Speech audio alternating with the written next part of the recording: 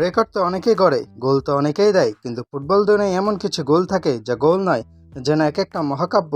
আজকে আমরা কথা বলবো বাংলাদেশ ফুটবলের দুই চরম বৈপরীত্য নিয়ে। এক পাশে আছেন আমাদের আলফা মেল পুরুষ ফুটবলের বিশ্বসেরা অনন্য অসাধারণ স্ট্রাইকার ফাহিম ভাই, আর অন্য পাশে আছেন মাত্র কয়েকদিন আগে বিদেশ থেকে উড়ে এসে লাল সবুজের জার্সিতে ঝড় তোলা নারী দলের প্রবাসী উইঙ্গার আনিকা রানিয়া। আজকে আমরা এই দুই তারকার গোল দেওয়ার পরিসংখ্যান এবং কেন ফাহিম ভাইয়ের গোলটাই জাদুঘরে রাখা উচিত তা নিয়ে এমন এক বৈজ্ঞানিক বিশ্লেষণ করব যা শোনার পর ফিফা প্রেসিডেন্ট নিজেই পদত্যাগ করতে চাইবেন। প্রথমে কথা বলা যাক আমাদের ঘরের ছেলে আলফা মেল ফাহিমকে নিয়ে। তার স্ট্রাইকিং রেট শুনলে আর্লিং হাল্যান্ডও রাতে ঘুমাতে পারবে না। ফাহিম ভাই দেশের হয়ে ম্যাচ খেলেছেন একটা না, দুইটা না, 10টা না, পুরো 33টা।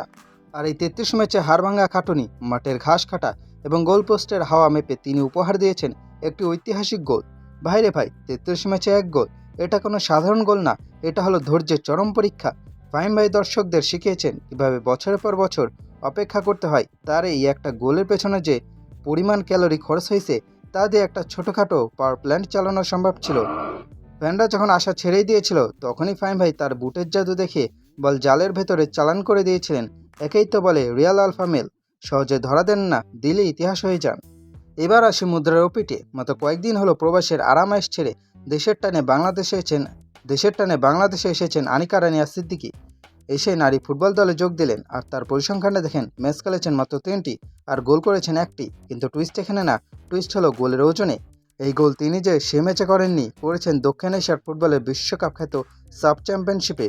আর ম্যাচের বাঁশি বাজার দর্শকরা যখন মাত্র পপকর্ন মুখে দেওয়া শুরু করছে, ঠিক তখনই মাত্র 12 সেকেন্ডে গোল করে ইতিহাস লিখে ফেললেন আনিকা।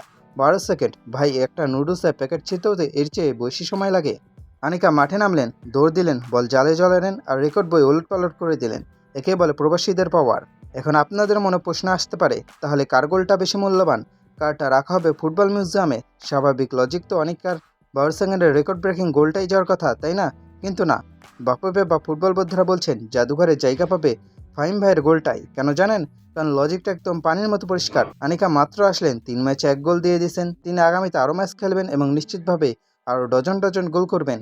তার গোলের কোনো অভাব হবে না। কিন্তু আমাদের আলফা মেল ফাহিম ভাই, তিনি সাফ জানিয়ে দিয়েছেন তিনি আর গোল করবেন না।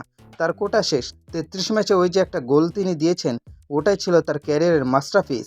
ডাইনোসর যেমন বিলুপ্ত হয়ে গেছে, ফাহিম ভাইয়ের গোল দেওয়াও তেমনি বিলুপ্তপ্রায় ঘটনা। তাই বিলুপ্তপ্রায় এবং অতি দুর্লভ জিনিসই তো জাদুঘরে সাজিয়ে রাখা হয়, ঠিক কিনা? তাইলে হিসাব কি দাঁড়ালো? আনিকা খেলবেন রেকর্ডের জন্য, আর আমাদের ফাহিম ভাই খেলবেন ইতিহাসের জন্য। 33 ম্যাচে সেই অমর কীর্তি কি আর কখনো ভাঙা সম্ভব? আপনার কি মনে হয় ফাহিম ভাইয়ের এই ঐতিহাসিক গোলটি কি আসলেই লুভর মিউজিয়ামে মোনালিসা ছবির পাশে রাখা উচিত, নাকি আনিকার 12 সেকেন্ডের গোলটাই সেরা?